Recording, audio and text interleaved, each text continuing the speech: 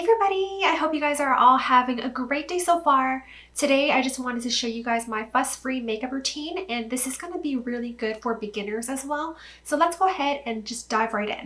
Today I'm going to be using a primer from Benefit, and it's a professional, and I'm going to be putting this into problematic areas with larger pores such as my nose, and I'm also going to be putting some of it into my laugh lines as well as underneath my nose, basically just areas that need it. I'm then going to be using my favorite concealer, and this is the Maybelline Fit Me. I'm going to be putting this onto, again, on my problematic areas that have some discoloration from acne scars. I'm going to try to conceal some of my laugh lines with this, and I'm going to also try to brighten up my under eyes with this concealer as well, since it does have more of a brighter color. And I'm going to be putting, I guess, on my acne scars, on my cheeks. I've been trying to get rid of it, but it's still kind of lingering around. It's kind of taking a little bit of time to fade, but I'm going to get some help from this concealer. I absolutely love this. It's super creamy and it's just great to blend in. And it's definitely a perfect concealer for beginners if you are new to makeup. To blend it out, I'm going to be using my It Cosmetics brush, and with swirling motions and flicking motions with the brush, I'm just going to blend out the concealer. So you don't have to be very precise with this part, as we will be putting on some foundation over this, but you do want to make sure that it is blended out as much as possible. And for the under eye area, since it is more of a sensitive area, just make sure that you're applying lighter pressure so you're not creating more wrinkles or problems for the future. For complexion, I'm going to be using this NYX Stay Matte But Not Flat powder foundation. It is one of my most favorite powder foundations. Inside you do have a mirror, your powder foundation, and the bottom you do have a powder puff, which I'm going to be using as an applicator to apply this powder foundation directly into my cheek area. I'm just blending it in. So I'm using little swiping motions as well as patting motions as a combination to apply it, depending on the area that I'm applying it to. And I find that it's a great way to even out the complexion. It's really great for beginner makeup because it's not as messy. And for the summer months, I really do tend to gravitate toward powder foundations, as it does keep me a little bit more matte for the summer months. And yeah, it just kind of evens out everything, and it is super fuss free. I'm then going to be putting on my Fit Me concealer again into the more problematic areas that are still kind of peeking through. I'm using the applicator directly onto my face, and this time I'm actually going to be using my finger to apply it as opposed to a brush. So that way we have a little bit more control in terms of coverage. And I do want to have a little bit more coverage for that area because it has a tendency to shear out. And you will notice that it will shear out throughout the day, but I still want to give it a little bit of a jump start and give it a little more coverage in the beginning of the day. So I'm going to be using my LYS contour stick. Directly with the contour stick, I'm going to be applying that onto the perimeters of my face. So you'll see me using it along my jawline, in my cheekbone area, on my higher forehead area, and then I'm going to be using my brush to go ahead and blend that into my face. You can definitely use a beauty blender if you feel like that is easier for you. I'm just a little bit of a germaphobe, so I don't like the idea of wet beauty blenders kind of just lingering around. So yeah, I just always tend to gravitate toward brushes. But if you prefer to use a beauty blender, again, go ahead and do so. Next, I'm going to be using some Hoola bronzer from Benefit, and I'm going to be using that to contour my nose. And I am using this instead of the contour stick because the contour stick is a little bit too deep for my current complexion. Hence the reason why I'm using Hoola instead. It is a little bit lighter in terms of pigmentation, as I do not want to attract way too much attention to my nose, and I want it to look a little bit more natural. I'm also working it into my eyebrow area to create more dimension. And again, I'm just using a light amount of product at a time. And then I'm going to add a little bit to my crease area and eyelid as well.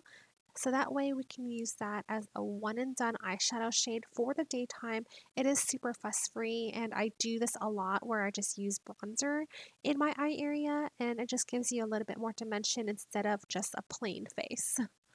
Next, I'm going to be dipping into my Lorac Artist Pro Edition, and I'm going to be taking this shimmery shade right here, and I'm going to be using that as an inner corner highlight for my eyes, so it kind of pops a little bit more. Next up is blush, and I'm going to be using this one from ColourPop and Sailor Moon's collaboration in the shade Cat's Eye. Inside of the blush, you're going to see that it is a beautiful pink shade. I'm going to be dipping my brush directly into the pan and working in small light layers. I'm going to be adding the pigment to my cheeks, and I decided that I wanted to go with more of a sun-kissed look, so I'm adding some onto my nose. And again, I'm building up the pigment through light layers and building up the color as I go, as it is a little bit easier to add pigment as opposed to removing it. If by chance you happen to apply a little bit too much blush, you can always go back into your powder foundation. Again, this is the NYX Stay Matte But Not Flat powder foundation. And you can always take your powder puff again and just go into the areas and clean up your blush a little bit. Again, if you happen to put way too much blush on, unfortunately, it would not make much of a difference. But I always like to clean up my blush if I happen to go a little bit messy depending on my application. But I also use it to blot a little bit of the oils that kind of come through and just touch up as I go. Next, I'm going to be applying some highlighter from MAC, and it's going to be in the shade Soft and Gentle. I'm going to swirl my finger around it a couple of times and apply it to the high points of my face. And I'm going to also apply some to the underneath of my brow area, a little bit onto my nose. I'm also going to apply some between my eyebrows, and I'm going to add a little bit onto my chin as well.